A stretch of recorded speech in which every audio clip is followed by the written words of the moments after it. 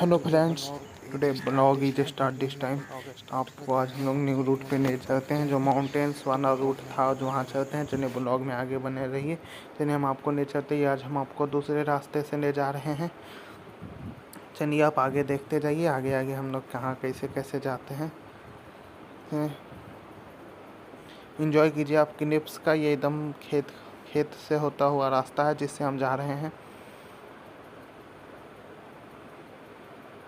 Clips को मैंने fast कर दिया 2x जूम पे। अगर आप इसे स्लोली देखना चाहें तो 1x पे कर सकते हैं आप। मैं जूम इन करके दिखा देता हूँ।